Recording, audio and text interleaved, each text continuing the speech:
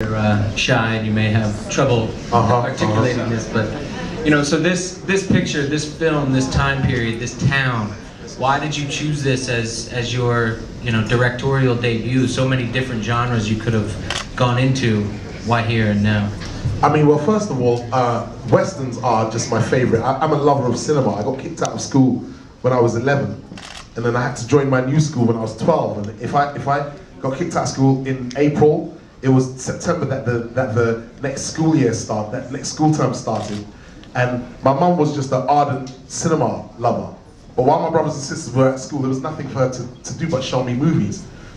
So she would teach me everything she knew about cinema, from all the old greats to American movies, French movies, Italian movies, Spanish movies, English movies. And we would just sit there watching films. But the genre that captivated me the most was Westerns.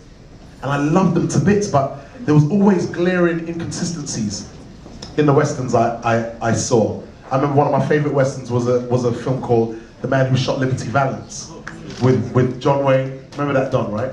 With John Wayne, there was Lee Marvin, James Stewart. It was a really great movie. But one of the epitomes of black excellence is a guy called Woody Strode, who was in Once Upon a Time in the West. He was the black guy in Spartacus, and he's in The Man Who Shot Liberty Valance, and they dehumanized the guy. Like he can't go in the bar to get a drink. This is the most swagged out black person we've possibly ever had in cinema.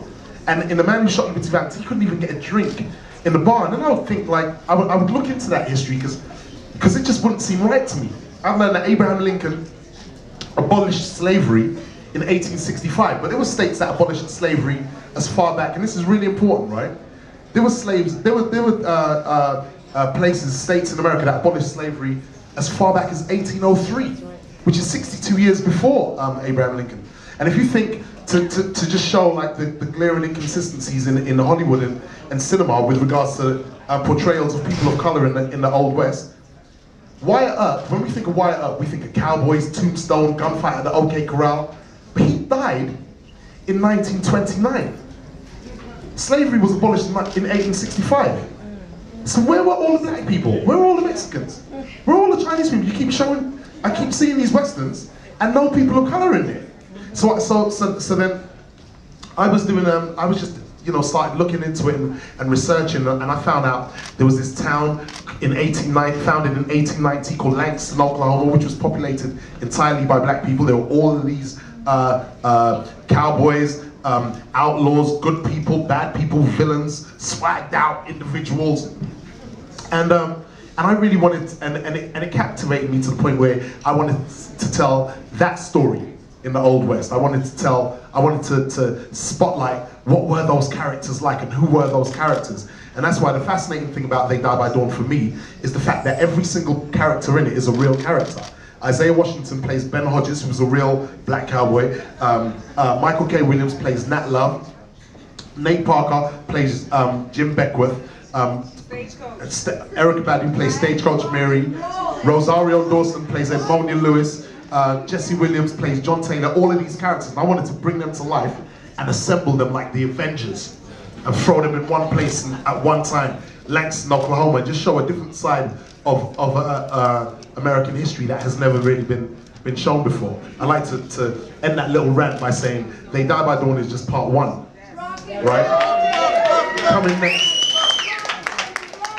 next is the Notorious 9, when we unleash straight up mayhem.